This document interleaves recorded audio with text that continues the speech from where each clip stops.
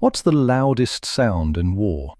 You might think it's artillery, the bone-rattling percussion of a howitzer that shakes your organs inside your ribcage. Or maybe the scream of incoming mortars, that descending whistle that turns grown men into children praying for their mothers. But you'd be wrong.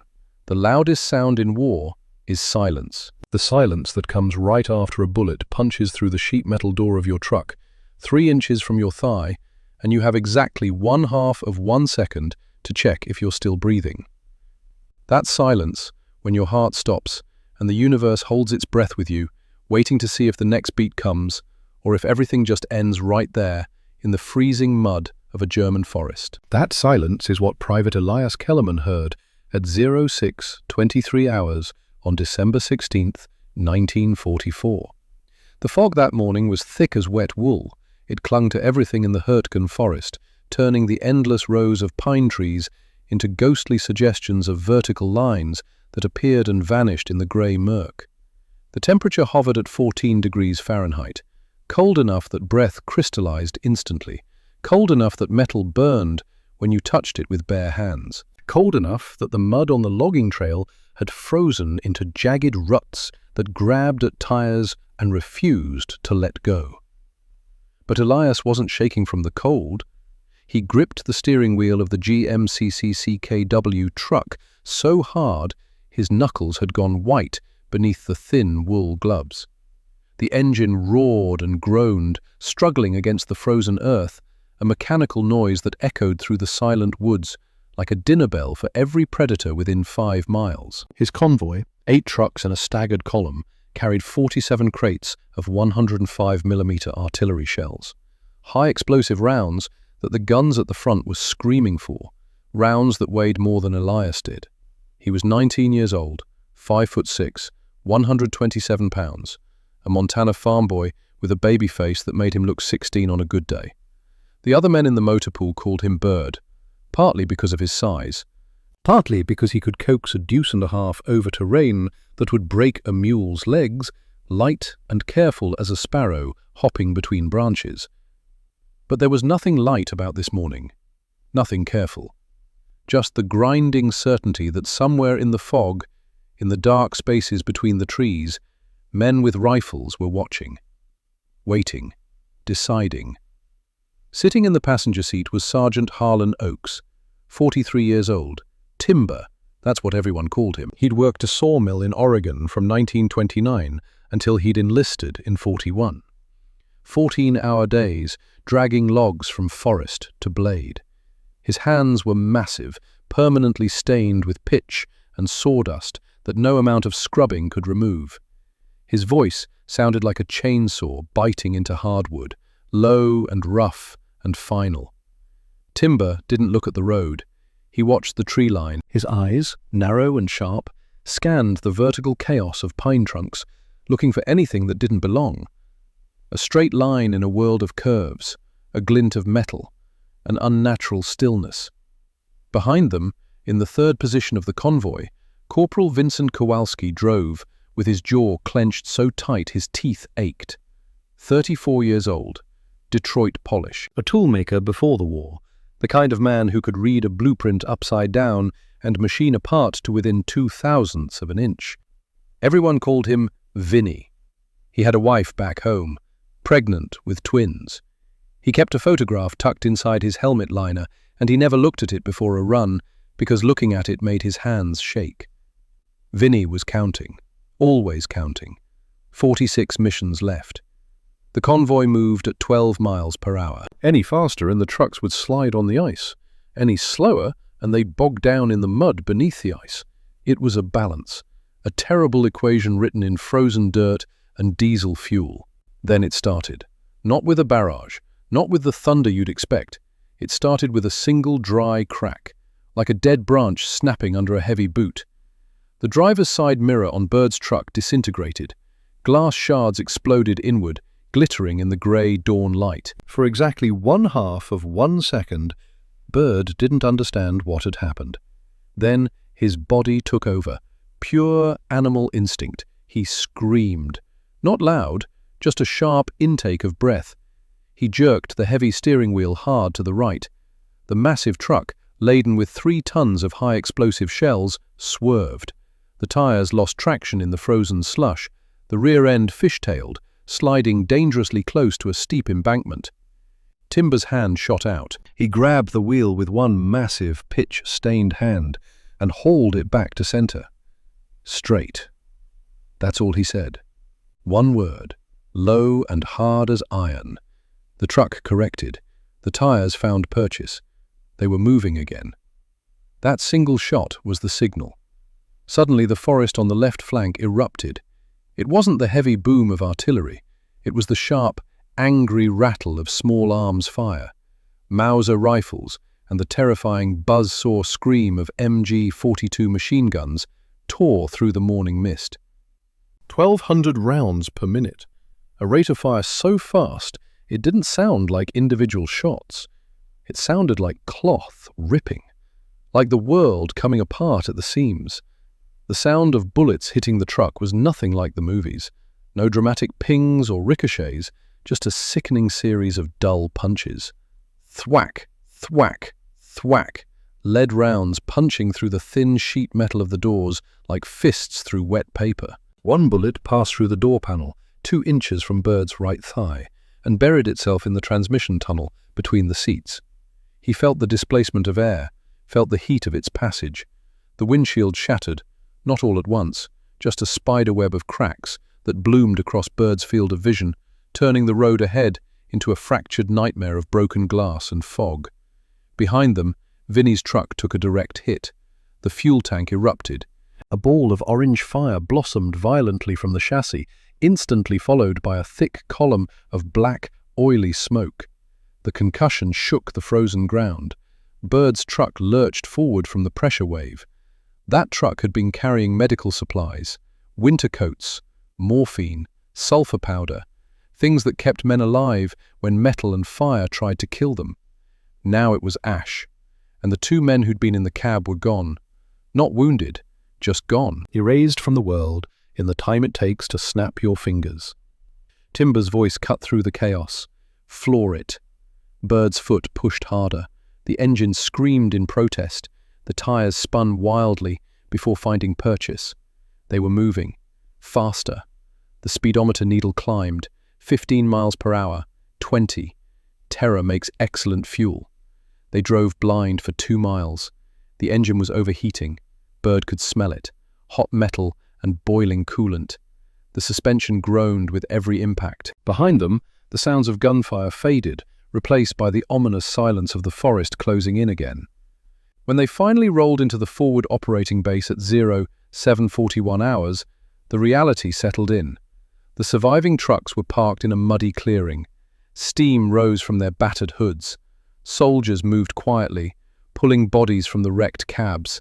Not running, not shouting, just the grim choreography of men who'd done this too many times before. The air smelled of burnt rubber and wet pine, and something metallic and organic. Blood. Human blood mixed with diesel and cordite and the damp rot of the forest floor. Captain Richard Hayes walked down the line of vehicles. He stopped at Bird's truck, ran a gloved hand over the bullet holes that riddled the driver's door. 11 holes. 11 places where 7.92 millimeter rounds had punched through sheet metal that was 1.2 millimeters thick. Gauge A-team steel. Designed for paved roads in Detroit, not for ambushes in Germany. Hayes looked at the shattered windshield. He didn't say anything. He just pulled a small green notebook from his jacket pocket and wrote. Bird was sitting on the running board, shaking, not from cold, from the chemical aftermath of adrenaline flooding out of his system. He held a tin cup of coffee that someone had handed him. The coffee sloshed over his hands because he couldn't stop trembling. "Sir, I can't." His voice cracked. "The metal's like paper. We're sitting ducks out there." Hayes didn't respond immediately. He finished writing, closed the notebook, looked at the dark tree line that surrounded the base on 3 sides. "Headquarters doesn't care about your feelings, Private. The division needs ammunition. The convoys run again tomorrow. If we stop, the men on the front line die. It's that simple." He walked away, leaving the unsaid truth hanging in the frozen air. You will go back into the grinder. You will drive until a bullet finds you or the war ends. Those are your options. Timber stood nearby, leaning against the fender, looking at the holes, not speaking, but his mind was working. He walked over to the largest bullet hole, the one that had almost taken Bird's leg, stuck his finger through the jagged metal. It yielded easily, bent inward, weak. This steel was designed for civilian trucks, for carrying lumber on highways. It was never meant to stop bullets. Timber looked at Bird. Then he turned his gaze toward the dense tree line, toward the heavy oak and pine that grew so thick in this cursed forest that sunlight couldn't reach the ground. A strange look crossed his face, the look of a man who'd spent 20 years working with wood and had just remembered something important. The Germans were using the forest to kill them. Maybe it was time to use the forest to fight back. Bird sat in the maintenance bay that evening. He couldn't go to his tent, couldn't lie down. Every time he closed his eyes, he saw the muzzle flash, felt the displacement of air as lead passed 2 inches from his femoral artery. He walked to the edge of the clearing where a massive oak tree stood. It had been used for target practice weeks ago. The bark was scarred, pitted with bullet impacts. Bird stopped, looked at the tree, really looked at it. He pulled his pocket knife from his jacket, cheap steel, the kind they issued to every private. He found a bullet scar and dug the blade in. The wood was tough, fibrous. He had to work the knife back and forth until finally the tip hit something solid. Lead. The bullet was there, buried 7, maybe 8 inches deep in the living wood. The tree had caught it. The fibers had wrapped around the intruder and stopped it cold. Bird looked back at his truck, at the 11 holes in the door, at the thin metal that had let death through like it wasn't even there. He looked at the tree again. Something clicked, a gear engaging, a connection forming. Footsteps behind him, heavy boots on frozen ground. Timber approached, stood beside Bird, looking at the tree, at the knife, at the expression on the kid's face. Bird pulled the knife out, held it up. There was a small piece of deformed lead stuck to the blade, a German bullet, stopped by an American oak. "Sergeant, can we use this?" Timber took the knife, looked at the bullet, looked at the tree, looked at Bird. For a long moment he didn't speak. Then something that might have been a smile touched the corner of his mouth. "Kids got eyes." That was all he said, but it was enough. They stood there in the gathering dark, 2 men and a tree. The temperature dropped. The forest breathed. Somewhere in the distance, artillery thumped. But here, in this small clearing, something new was being born. Not hope. Hope was too fragile for this place. This was something harder, something that smelled like sawdust and determination and the stubborn refusal to die. Bird looked at Timber. "We have to talk to the captain." Timber nodded. "We do." They walked across the camp together, the farm boy and the sawmill foreman, heading toward a meeting that would either save their lives or get them court-martialed. Either way, they were done being victims. When does following orders become murder? That's the question Bird carried across the frozen camp at 2100 hours. The question that burned in his chest hotter than the coffee he couldn't drink. Captain Hayes was in the command tent, a canvas structure that flapped in the wind. He sat at a folding table covered with maps and requisition forms and casualty reports written in neat columns that reduced men to numbers. 11 KIA today, 23 WIA, 4 trucks destroyed. The mathematics of death. Bird stood in the entrance, Timber behind him, solid, silent. Hayes looked up. His eyes were red-rimmed, exhausted. "Private Kellerman, Sergeant Oakes." Bird stepped forward. He had the piece of oak in his hand, the one with the German bullet buried in its heart. He placed it on the table, on top of the casualty reports. "Sir, request permission to modify the trucks." Hayes stared at the wood, didn't touch it. "Modify how?" "Armor, sir. Oak logs. Lashed to the doors and cargo bed, with tire shields over the engine." The silence that followed was heavy. Hayes leaned back in his chair. It creaked. "You're serious?" It wasn't a question. "Yes, sir." Hayes picked up a manual from the stack beside him. Technical Manual 9-801. He flipped to a section marked with a bent corner, read aloud, "Field modifications to government property without written authorization from Ordnance Department constitute destruction of military assets. Penalty: court-martial, reduction in rank, possible imprisonment." He closed the manual. The sound was final. "Regulation exists for a reason, Private. You add 800 pounds of wet timber to a truck designed to carry 3 tons, you'll break the suspension, destroy the transmission. And for what? So you feel safer?" Bird's jaw tightened. "Sir, with respect. The metal is 1.2 millimeters thick. It stops nothing. This oak stopped a Mauser round at 8 inches deep. Green oak has a density of 1,200 kilograms per cubic meter. The fibers absorb kinetic energy instead of shattering. Steel punches clean.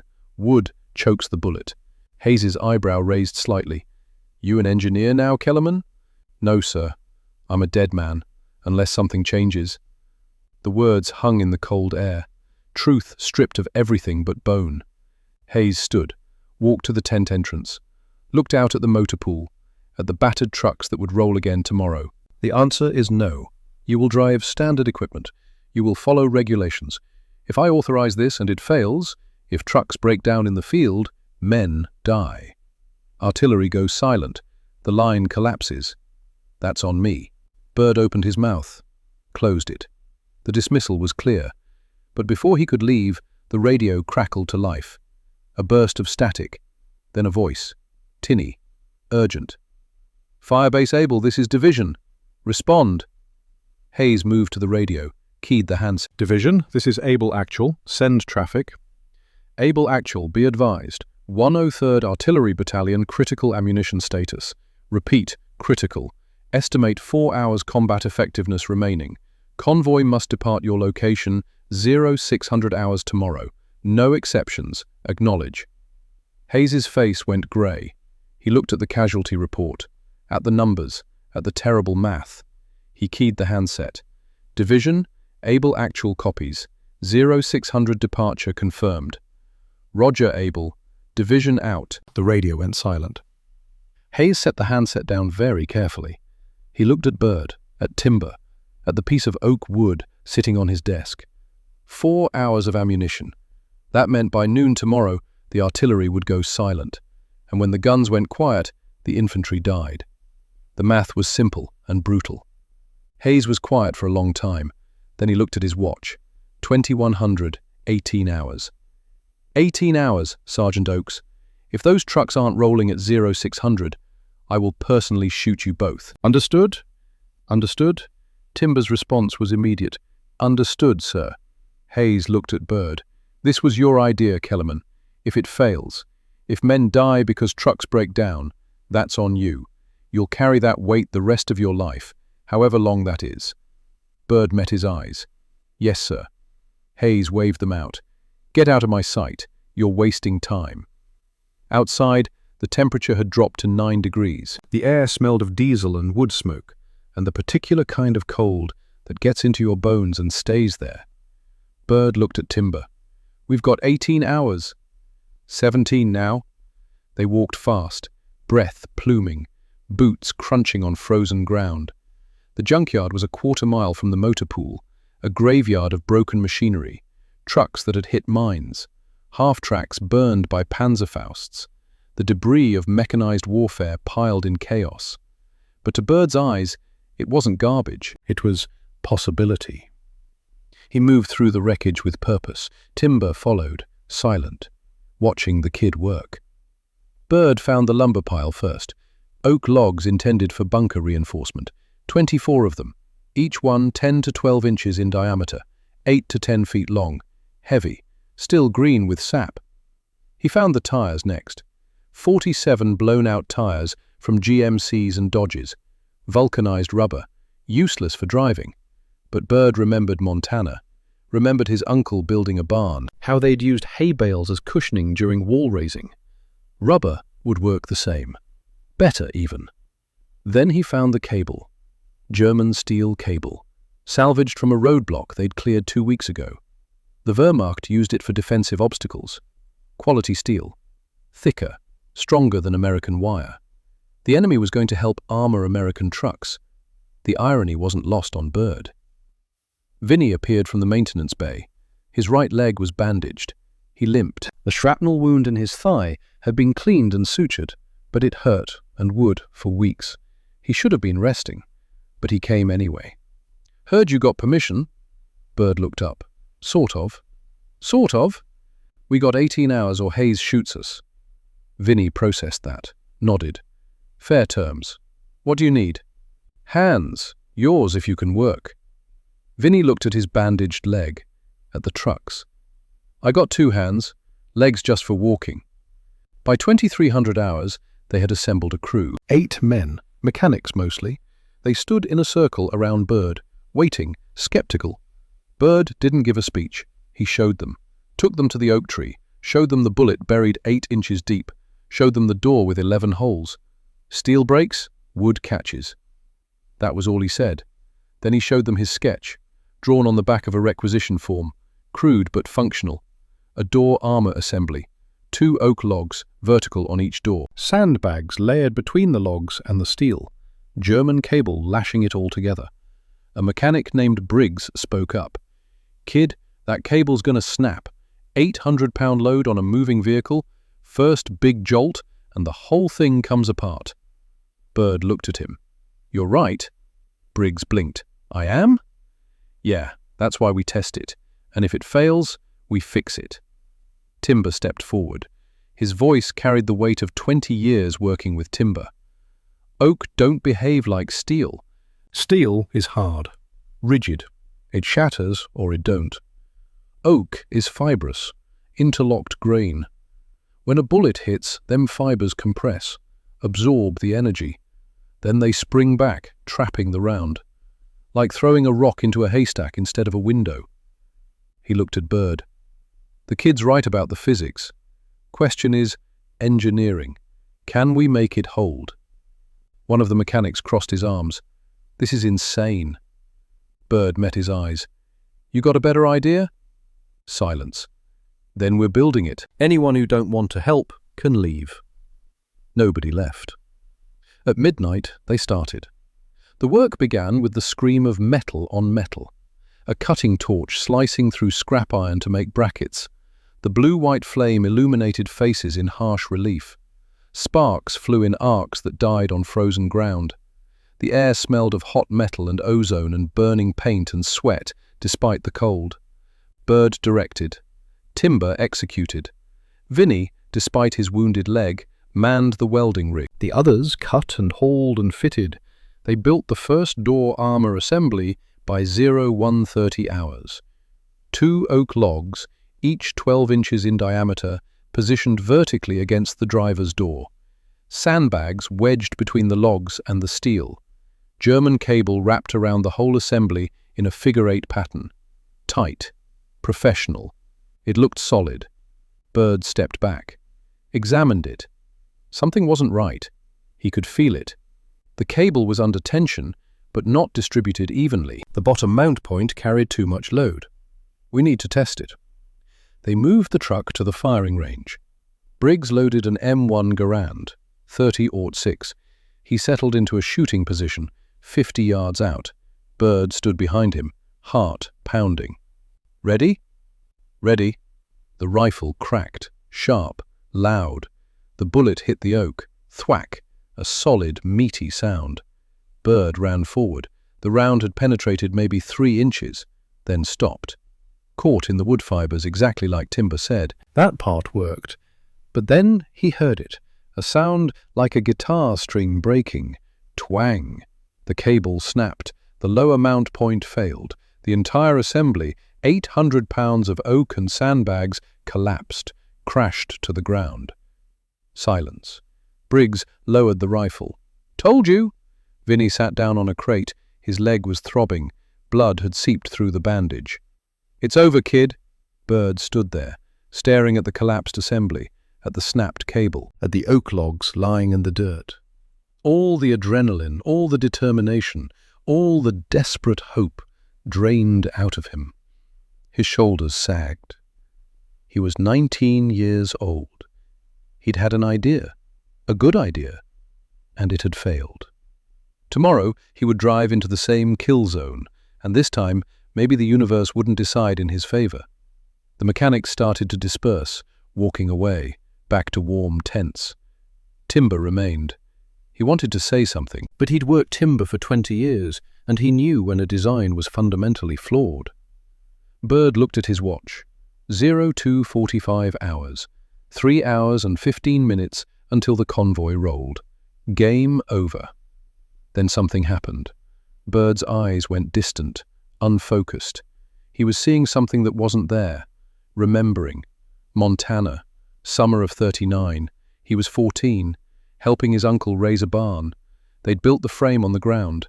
Oak posts, 12 inches square, 10 feet tall, heavy as sin. The problem was getting them vertical and keeping them vertical. They couldn't tie them. Ropes slipped. They'd built a cage, a frame of lighter pine boards nailed perpendicular to the oak posts. The cage distributed the weight, locked the posts in place. The structure supported itself. Bird's eyes snapped back into focus. "We're not tying them." Timber looked at him. "What?" "We're caging them. We're building a frame around the logs. Steel frame, welded to the door hinges and the truck frame. Then we slot the logs into the cage. The structure holds itself." He was talking fast now. He grabbed a piece of chalk from the welder's kit, started drawing on the side of the truck. Lines, angles, a skeletal frame of steel angle iron, vertical supports welded to mounting points, horizontal cross braces. The oak logs fitted into the gaps. Timber studied the drawing. His eyes moved over the lines, calculating loads, stress points, distribution of force. Slowly, very slowly, he nodded. "Kid learns fast." Vinny stood up, wincing. "We got 3 hours." Bird looked at him. "Then we better move." The mechanics came back, all of them. They'd heard the conversation, seen the drawing. What followed was 3 hours of controlled chaos. They raided the scrap pile for angle iron, cut it with torches, bent it in vices, welded it together in a skeletal frame that looked fragile but was stronger than the truck it was attached to. Briggs found something else in the wreckage. Armor plates, German, from a destroyed SDKFZ-251 half-track that had been knocked out 2 weeks prior. The plates were thin, 6 millimeters, not enough to stop a Mauser round on their own, but as backing behind the sandbags, behind the oak, they would work. One more layer to the sandwich of survival. "German's going to help us stay alive," Briggs said, hefting a plate. Bird nodded. "Ironic, isn't it?" Bird was everywhere, measuring, checking, adjusting. His hands were burned from hot metal. His face was black with soot. He hadn't slept in 22 hours. But his hands weren't shaking anymore. Timber handled the welding himself, the heavy work, the critical joints. He worked with the methodical precision of a craftsman who'd spent his life making things that had to hold. Vinny, despite the pain in his leg, cut the sandbags to size, fitted them into the gaps, created the middle layer that would absorb shock. Behind the sandbags, they bolted the German armor plates, a hard stop if everything else failed. At 04:45 hours, they slotted the oak logs into place. They fit. Perfect. The cage held them. The weight distributed through the frame into the truck's chassis. At 05:15 hours, they tested it again. Briggs took the M1 Garand, same position, 50 yards. Bird stood behind the truck this time. He couldn't watch. The rifle cracked. Thwack! The bullet hit the oak, penetrated 4 inches, stopped. The frame held. The cage held. The logs didn't move. Briggs fired again. Thwack! Again. Thwack! 3 shots, 3 stops, 0 penetration to the cabin. Bird walked around the truck, examined every weld, every joint. The frame had absorbed the impacts. Nothing had cracked. Nothing had failed. Vinny limped over, looked at the bullet holes in the oak. "We live." That's all he said. They turned their attention to the hood. 12 tires stacked in a pyramid over the radiator, wired down with the German cable, creating a cushion of compressed air and rubber that would absorb shrapnel. The front bumper got 6 more tires, hung like a necklace, a battering ram. At 05:55 hours, Captain Hayes walked across the motor pool. His face was unreadable. He walked around the truck slowly, touched the oak, pulled at the frame, tested the welds. He looked at Bird, at the soot on his face, at the burns on his hands. "You built this?" "Yes, sir." Hayes pulled one of the test bullets from the oak, examined it. "How much weight?" 890 pounds, sir. Added. Fuel economy? Estimate 35% reduction. Top speed? 45 miles per hour, down from 72. Hayes was quiet. Then he looked at the other trucks. 7 more, all needing armor. No time. "Load the shells." Bird's heart stopped. "Sir?" "You heard me, Private. Load the ammunition. You're driving this. 0600. Move." Bird saluted. "Yes, sir." Hayes walked away, stopped, turned back. "Kellerman." "Sir?" "If this works, if you make it back, we're building 7 more tonight." "Yes, sir." Hayes almost smiled. "And if you don't make it back, I'm listing this contraption as destroyed by enemy action. Court-martial problem solved." He left. Timber clapped Bird on the shoulder. Once. Hard. Vinny grinned despite the pain, and Bird, 19 years old, covered in soot and blood and grease, looked at the monster they'd built. It was ugly. It was crude. It looked like something cavemen would design if cavemen had welding torches. But it was theirs, and maybe it would keep them breathing long enough to see tomorrow. The engine coughed to life at 05:58 hours. The convoy was rolling. When does a machine stop being metal and become prayer? The answer is simple. It happens the moment you realize your life depends on welds made by exhausted men at 3 in the morning. When you're loading 47 crates of high-explosive shells into a cargo bed protected by nothing but oak logs and hope. That's when metal becomes prayer. Bird climbed into the cab at 05:58 hours. The seat was cold.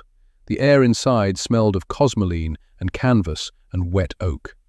The steering wheel felt different in his hands, heavier. Vinny pulled himself into the passenger seat. His wounded leg made the movement awkward, painful. But he'd wrapped the thigh wound tight with fresh bandages and decided that bleeding was better than being alone. Captain Hayes appeared at the driver's window. He didn't salute, didn't give orders. He just reached through the gap in the oak armor and placed his hand on the wood, ran his fingers over the rough bark, found one of the test bullet holes. He pulled the bullet out with his knife, held it up to the weak dawn light, examined it. Then he looked at Bird. "You built this?" It wasn't a question, but Bird answered anyway. "Yes, sir." Hayes pocketed the bullet, stepped back. "Bring my shells back, Kellerman." "Yes, sir." Hayes walked to the front of the convoy, raised his hand, dropped it. The engines roared. 8 trucks, 7 standard, 1 monster. They rolled out at 0600 hours exactly. The fog was thicker than yesterday. It reduced visibility to 30 yards. The trees were ghosts. Dark, vertical suggestions in an endless grey void. The temperature was 11 degrees. The mud had frozen solid in some places, remained liquid in others. Bird drove second position today, behind a standard truck piloted by Corporal Hensley. The logic was simple and brutal. If they hit an ambush, Hensley's truck would draw first fire. Bird's armored beast would have 3, maybe 4 seconds of warning. Hensley knew it, didn't complain. That's just how it was. Timber sat beside Bird. He wasn't watching the trees today. He was listening to the truck, to the engine laboring under the extra weight, to the suspension creaking over every frozen rut, to the frame welds holding against forces they were never designed to bear, listening for the sound of failure. Behind them, in the cargo bed, 6 GIs crouched behind the oak walls. They'd realized something during loading. The timber walls, waist-high, created a parapet, a fighting position. They could fire through the gaps Bird had left between the logs, murder holes, same principle as a medieval castle. The hunters could become the hunted. The convoy moved at 15 miles per hour, slower than yesterday. The added weight made speed impossible, but slow meant control. Slow meant Bird could react. 20 minutes into the run, they reached the kill zone, the same stretch of road, the same trees, the same invisible angles of fire. The burnt-out hulk of yesterday's truck still smouldered at the roadside, black metal skeleton, a memorial to physics and combustion and men who'd run out of luck. The silence was absolute. No birds, no wind, just the grinding rumble of diesel engines and the creak of suspension and the sound of 24 men breathing very carefully. Then, from the ridge 300 yards north, a glint, sunlight on glass, a scope. Lieutenant Franz Strasser had been in position since 0400 hours. 28 years old, a sniper. 43 confirmed kills. He watched the convoy through his scope, counted trucks, then his reticle settled on the second vehicle and he froze. What in God's name was that? The truck looked like something from a nightmare. Logs lashed to its flanks, tires stacked on its nose. Massive, primitive. He keyed his radio. Hauptmann Vogel, Strasser. Send traffic. The Americans. They have modified a truck. Holzpanzer, wood armor, logs and rubber. Substantial. Silence. Then Vogel's voice, skeptical. You're certain? Yeah, I'm looking at it now. Can you penetrate the cabin? Strasser adjusted his scope, studied the driver's door. 2 oak logs, each a foot in diameter. Behind them, sandbags. Behind that, the thin steel of the original door. He did the math. 8, maybe 9 inches of wood. Green oak. Dense. Fibrous. His rifle was a Carabiner 98K. 7.92mm Mauser. Good rifle. But the round wasn't designed for timber. Uncertain. The wood is thick. Vogel was quiet. Then, engage as planned. Focus fire on the cabin. If the armor works, use the Panzerfaust. Verstanden. Strasser settled into his shooting position, exhaled slowly, found his natural pause between heartbeats, placed his reticle on the driver's side window, on the small gap between the oak logs where he could just make out the silhouette of a man. He squeezed the trigger. The rifle kicked. The bullet flew. 300 yards. 2 seconds of flight time. Then it hit. Thwack. Bird heard it before he felt it. A sound like an axe biting into a chopping block. Heavy, solid, final. Then he saw it. 3 inches from his left ear. The tail end of a German bullet, embedded in the oak. The wood fibers had grabbed it, compressed around it, stopped it dead. For exactly 1 second, Bird couldn't process what had happened. His brain said he should be dead, but he could still think, could still see, could still feel the steering wheel in his hands. He turned his head, slowly, looked at the bullet, at the deformed lead mushroomed against oak grain. Vinny saw it too. His eyes went wide. Holy Christ! Timber leaned forward, examined the impact point, reached out with one pitch-stained finger and touched the bullet. It was still warm from friction. A smile. Not big, just the corner of his mouth. Kid was right. That's all he said. Then, the forest erupted. The initial sniper shot had been the signal. 2 MG-42 machine guns, positioned in overlapping fields of fire, 1,200 rounds per minute each. The sound wasn't gunfire. It was the world ripping apart. Brrrt, brrrt, brrrt. Tracers cut through the fog like angry hornets, green phosphorescent lines. The bullets hit the truck in waves. Thwack, thwack, thwack. Dozens of impacts. Oak splinters flew, bark exploded, but the rounds didn't penetrate. Bird felt each impact through the steering wheel, through the frame. The truck shuddered, but the cabin remained intact. The windshield had been replaced with steel mesh. Visibility was poor, but bullets couldn't get through. He kept driving. Faster now. The accelerator pressed to the floor, the engine screaming. 20 miles per hour, 25. Behind them, Hensley's truck took direct hits. The canvas top shredded. 2 soldiers in the cargo bed went down, wounded, screaming. But the truck kept moving. At 200 yards north, a German mortar team fired. The 81mm round arced high, descended, hit 15 feet from Bird's truck. The explosion was massive. A column of frozen earth and shrapnel erupted. The pressure wave rocked the truck. Metal fragments, white-hot and jagged, peppered the vehicle. But instead of punching through the radiator and engine block, the shrapnel hit the tire armor. The vulcanized rubber absorbed it, deflected it. The pieces that didn't bounce off embedded themselves in the thick rubber walls, deep enough to stick, not deep enough to reach the vital components behind. The radiator survived. The engine kept running. Bird understood something in that moment. Steel is hard. When shrapnel hits steel, it either penetrates or it doesn't. Binary. But rubber is different. Rubber compresses, stores energy, releases it slowly. It's a spring, a cushion. Not a wall, but a glove that catches the punch. Timber had been right about the wood. Bird had been right about the tires. Together, they built something that refused to die. At kilometer 3, they hit the roadblock. 3 pine logs, 60 centimeters in diameter each, felled across the road in a staggered pattern designed to catch the front axle and flip a truck. Behind the logs, a teller mine, buried shallow, waiting. Bird saw the logs through the steel mesh windscreen, saw the disturbance in the dirt where the mine was buried. Every instinct screamed at him to brake, to stop, but there was no other way.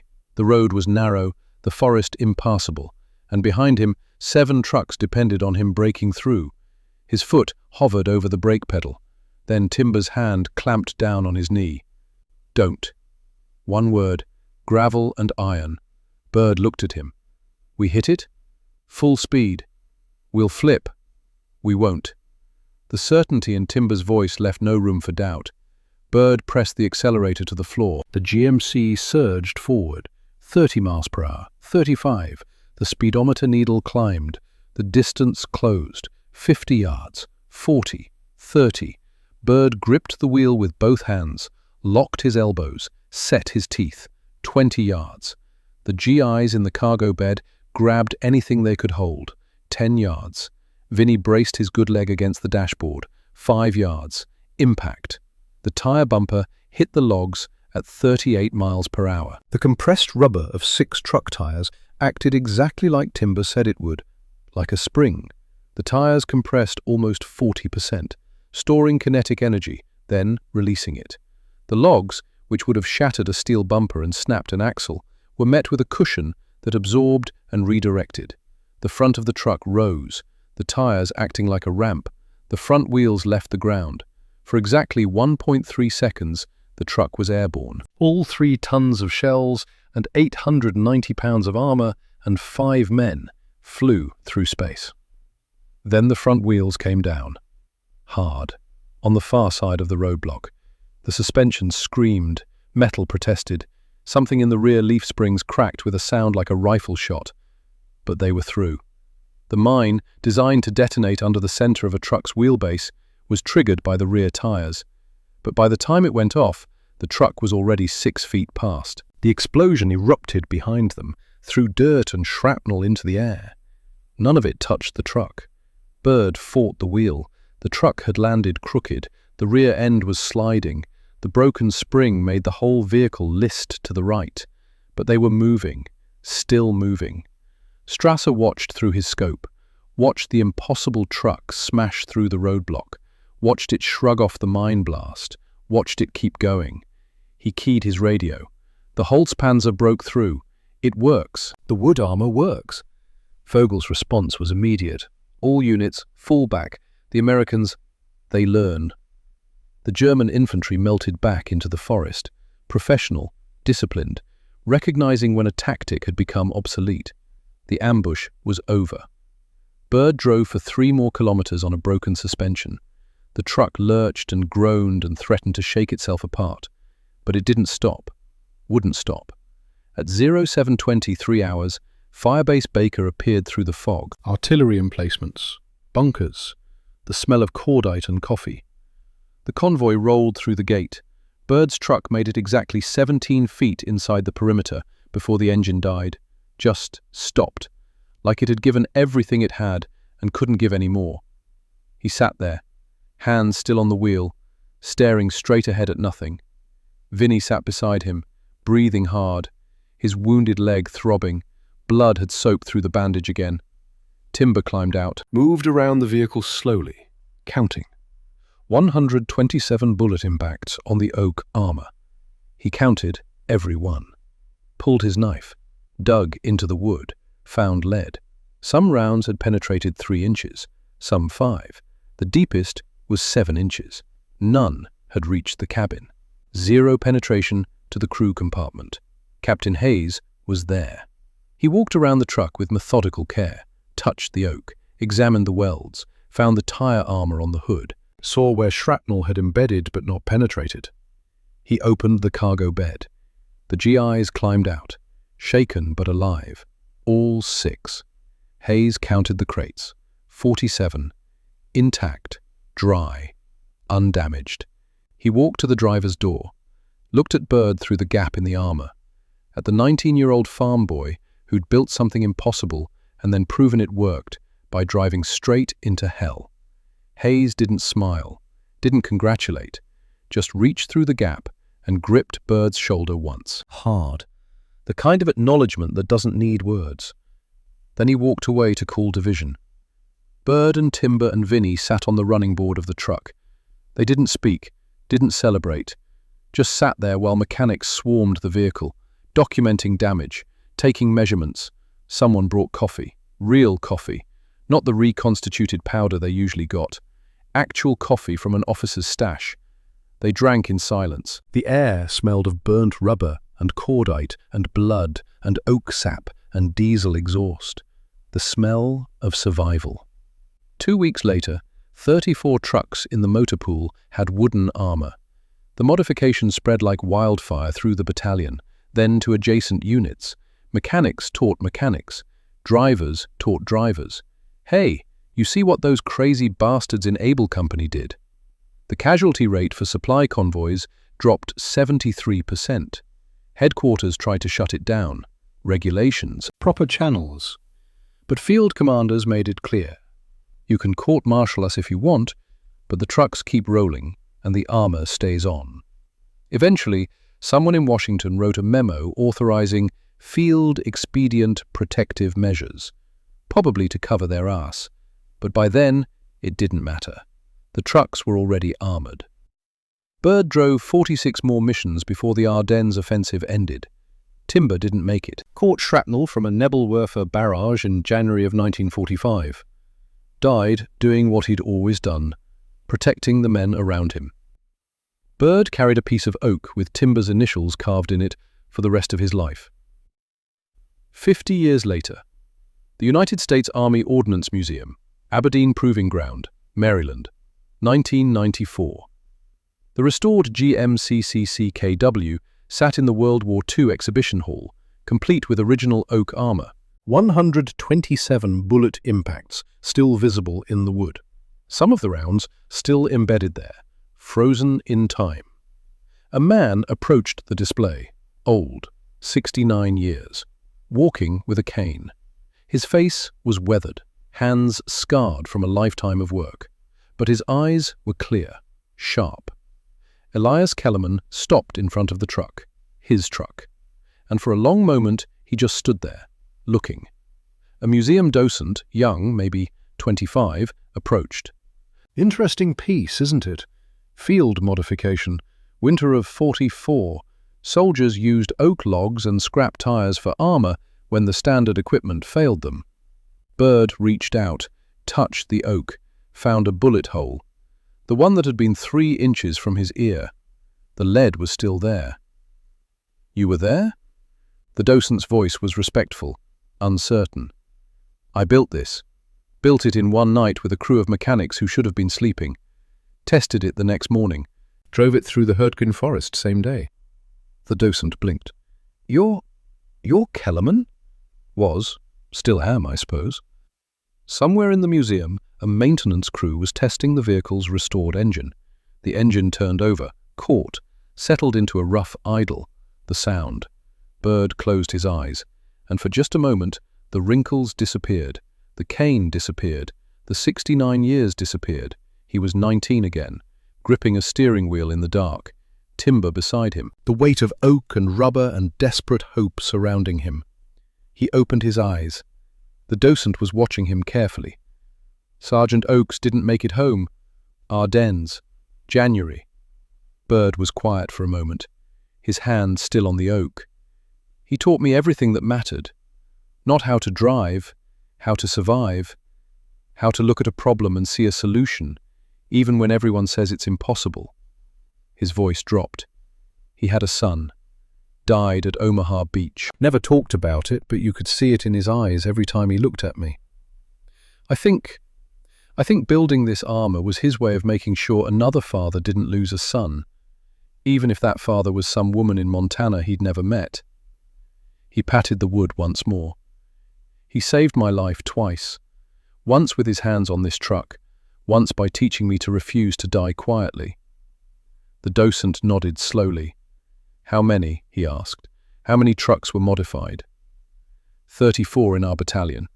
Heard it spread to other units, maybe 200 total. Hard to say. Nobody kept proper records, too busy surviving. And the lives saved? Bird thought about that, really thought. 5 drivers in my company for sure. They would have died without the armor. Probability was against them. He paused, did the math in his head like he'd done 1,000 times before. Each man had a family after the war, average 3 children. That's 15. Those 15 had children. 3 each on average. 45 grandchildren. Then great-grandchildren. The math gets complicated, but conservative estimate? 120 people alive today. Doctors, teachers, mechanics, fathers. Alive because 5 men didn't die in a German forest. He looked at the oak armor. Because wood caught what steel couldn't stop. The docent nodded, excited now. You know, they're still using the same principle. Iraq, Afghanistan. Soldiers welding scrap metal onto Humvees. They call it hillbilly armor. Pentagon tried to stop it at first, but field commanders said the same thing they said in your war. The armor stays on. Bird smiled. Thin, tired, but genuine. Americans don't wait for permission to survive. He turned to leave, stopped, looked back at the truck one more time. What's the loudest sound in war? The docent frowned, confused. Sir? Silence. The silence right after a bullet hits, and you check if you're still breathing. That's the loudest sound. He tapped his cane on the museum floor. But you want to know the most precious sound? He gestured at the idling engine. That, the engine, still running. He walked away, slow, careful, the cane clicking on polished floors. Behind him, the restored GMC idled. The oak armor, 50 years old, still bore the scars of 127 German bullets. None of them had gotten through. And in that simple fact, in that stubborn refusal of wood and rubber and American ingenuity to yield, there lived a truth that echoed across decades. When the world tells you to die quietly, when the regulations say it can't be done, when the metal is too thin and the enemy too strong and the odds too steep, you build, you adapt, you refuse. The engine idled on, 50 years, and still running.